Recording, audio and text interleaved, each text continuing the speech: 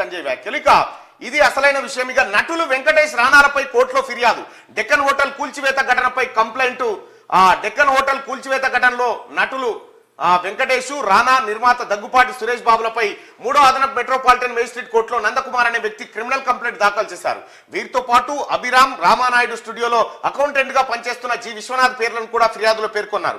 జూబ్లీహిల్స్ లోని Deccan kitchen hotel municipal అధికారులు కూల్చిన సమయంలో కోర్టు ఆదేశాలను ఉల్లంఘించి సురేష్ బాబు, వెంకటేష్, రానా, అభిరామ్, విశ్వనాథ్ 50 మంది బౌన్సర్లతో వచ్చి హోటల్ తలుపులు పగలగొట్టి లోపల ఉన్న సామాన్లు, సీసీ కెమెరాలు, గ్యాస్ సిలిండర్లను అక్కడి నుంచి తరలించారని నందకుమార్ ఫిర్యాదులో పేర్కొన్నారు. కాగా కోర్టు ఈ పిటిషన్ విచారణకు స్వీకరించింది. కోర్టు ఆదేశాల మేరకు వెంకటేష్, రానా, సురేష్ బాబు, అభిరామ్, విశ్వనాథ్లపై కేసులు నమోదైనట్టుగా వార్తలు వచ్చాయి. దీనిపై ఫిలిం నగర్ పోలీసులతో మాట్లాడగా వీరిపై కేసులు నమోదు చేయాలంటూ తమ కోర్టు నుంచి ఎలాంటి ఉత్తర్వులు అందలేదని తెలిపారు. ఇటీవల హీరో వెంకటేష్ సీఎం రేవంత్ రెడ్డిని కలిసిన నేపథ్యంలో ఈ అంశానికి సంబంధించిన ఆయన ముఖ్యమంత్రితో భేటీ అయ్యారా అన్న చర్చ నడుస్తా ఉంది. ఈ అంశానికి సంబంధించి భేటీ అయ్యారా అని జరుగుతుంది. డెక్కన్ కిచెన్ సో ఎవరైతే నందకుమార్ ఉన్నారో మైనాబాద్ ఫామ్ హౌస్ కేసులో ఆ నలుగురిలో ఒకరిగా ఉన్నటువంటి నందకుమార్ ఇటీవల కాలంలోనే క్యూనిస్ ఆఫీస్కి రావడం జరిగింది. హీరో వెంకటేష్, వాళ్ళ సోదరుడు, ఇతరులు కలిసి తన డెక్కన్ కిచెన్ ను అక్రమంగా కోర్టు ఆదేశాలకు విరుద్ధంగా ఆక్రమించుకున్నారనేటువంటి ఆరోపణ ఆయన చేయడం జరిగింది. దానికి సురేష్ బాబు వర్గం నుంచి కొంత వివరణ లభించినప్పటికీ దానిపైన ఇంకా స్పష్టత లేదు. అయితే హీరో వెంకటేష్, ఆ తర్వాత సురేష్ బాబు నిజంగా వాళ్ళు అక్రమాలకు పాల్పడ్డారా, అతను వాళ్ళ పైన ఎందుకు కేసు నమోదు కావాలని నందకుమార్ కోరుకుంటున్నాడు అనేటువంటి అంశాలు ఆయనతో మాట్లాడే ప్రయత్నం చేద్దాం. నందకుమార్ తోని ఒకసారి మాట్లాడదాం.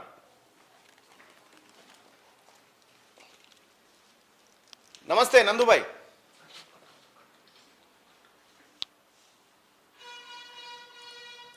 ఎస్ నందుబాయ్. నమస్కారం. నమస్కారం. ఏంది అసలు ఎందుకు హీరో వెంకటేష్ అతని సోదరుని పైన ప్రైవేట్ కంప్లైంట్ చేయాల్సి వచ్చింది? అసలు వివరాలు ఏంటి అన్న? నేను ఎమ్మెల్యేల కొలుగోలో ఇన్వాల్వ్ అయినప్పుడు నా హోటల్లో వీళ్ళు డిస్మెంటల్ చేయడం జరిగింది. అది అందరికి తెలిసిన విషయమే.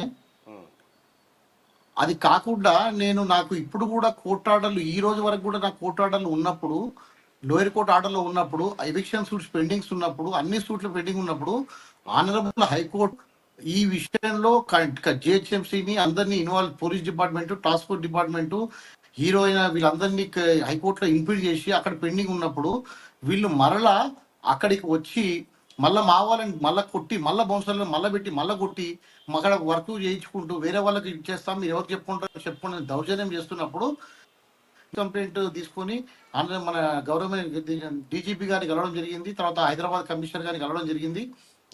అంతకు ముందే అన్న ఈ హైదరాబాద్ కమిషనర్ గారిని, డీజీపీ గారిని కలిసిన విషయం ఏంటంటే ఇప్పుడు ఈ నా కోర్టు ఆర్డర్ ఉన్న తర్వాత కూడా నన్ను వాళ్ళు ఇబ్బంది పెట్టి కోర్టును లెక్క చేయకుండా, పోలీసు వాళ్ళని లెక్క చేయకుండా వర్క్ చేస్తుర్రు అని చెప్పి నేను ఆల్రెడీ కంప్లైంట్ చేయడం జరిగింది.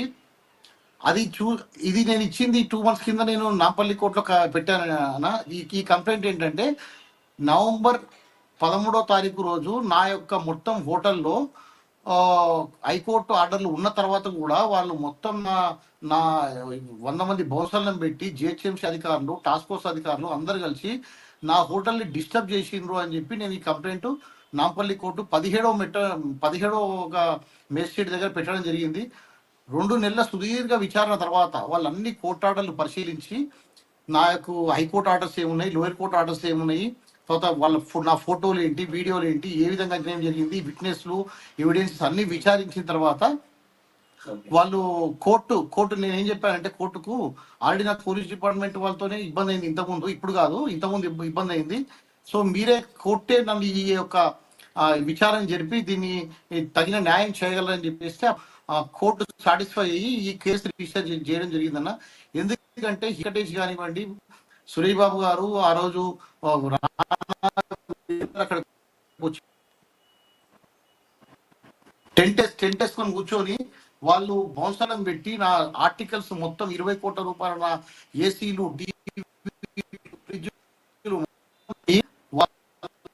మీకు వేరే కాల్స్ వస్తే అయితే 20 కోట్ల రూపాయల సామాగ్రి మొత్తం దొంగలించుకొని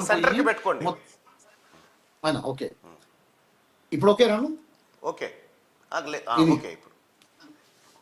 20 కోట్ల రూపాయల సామాగ్రి దొంగలించుకొని పోయి వాళ్ళు నన్ను అన్ని విధాలుగా నష్టం చేసిండ్రు. చేసిన తర్వాత కూడా నేను ఇప్పుడు ఓటు వేసుకోవాలని చెప్పినప్పుడు వాళ్ళ సామాగ్రి కూడా నాకు ఇవ్వకుండా మీరు ఎవరు చెప్పుకుంటారు చెప్పుకుంటా చెప్పారన్న. ఇంకొక విషయం ఏంటంటే దీని వెనుక చాలా పెద్ద కుట్ర దాగుందన్న. సరే నాకు అర్థం కాలేదు, ఫస్ట్ ఏందనేది అర్థం కాలేదు.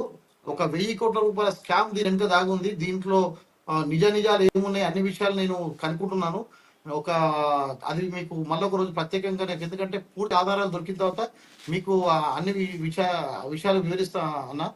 రైట్. ఇప్పుడు ఫిలిం నగర్ పోలీసులు మాత్రం ఎలాంటి కేసు నమోదు చేయమని మాకు కోర్టు ఉత్తర్వులు అందలేదనే మాట చెప్తా ఉన్నారు. ఆల్రెడీ